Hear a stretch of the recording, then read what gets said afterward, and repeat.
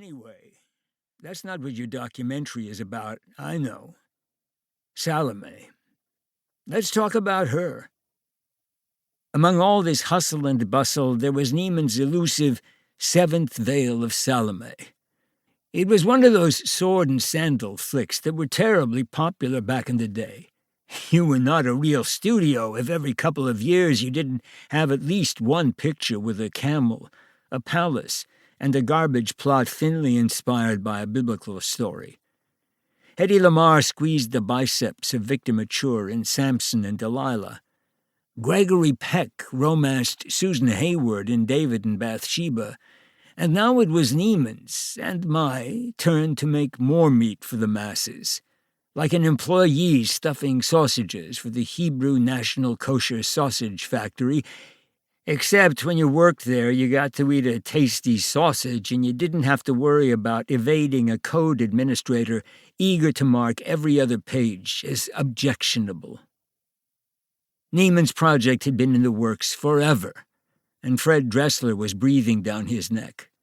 They'd start shooting soon, no doubt about it. And if the studio was lucky, Neiman wouldn't return with a 3-hour monstrosity.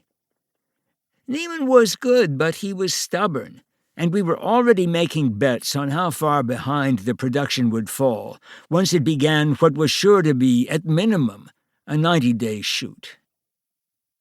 At the lot, I ran into Harry Merriam, who was a serviceable writer of women's pictures and a prodigious gossip. He pulled me aside and told me that Neiman had tested a girl and finally found his Salome. "Absolutely, and I'm Burt Lancaster," I said. Neiman had screen-tested every actress in town for more than a year and hadn't signed anyone. Word was, the screen tests were a publicity stunt, and he was biding his time, desperately trying to get his hands on Jane Russell. But the sexy brunette wasn't biting. She was finishing a stint at RKO. She'd just done an adventure flick for them, Underwater, which had sailed into rough seas after a model called Lynn Jones sued the company for using her as an uncredited body double in publicity pictures. Then, at the premiere for Underwater, which took place in a swimming pool, Jane Mansfield's bikini top had popped off.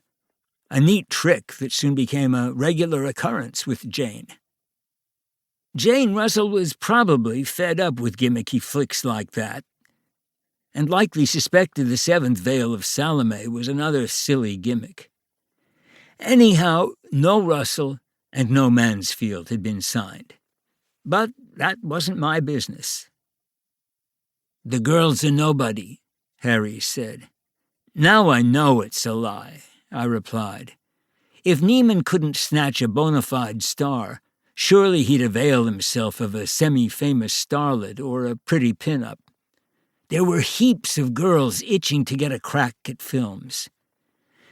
Max is not going to have a nobody anchor his flick, and even if he'd wanted to, Dressler won't let him.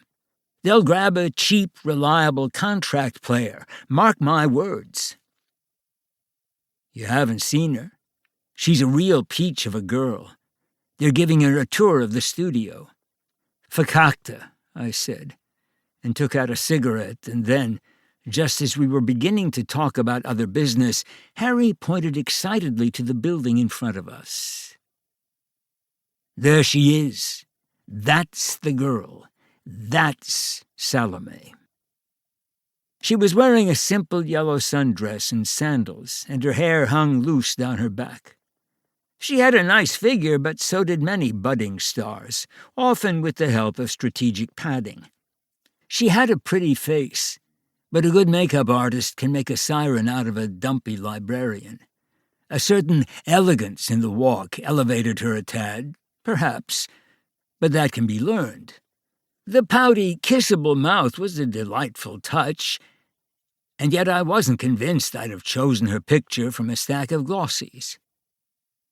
And then the girl looked at us, as if sensing our gaze, her wide eyes locking with mine for 1 second before...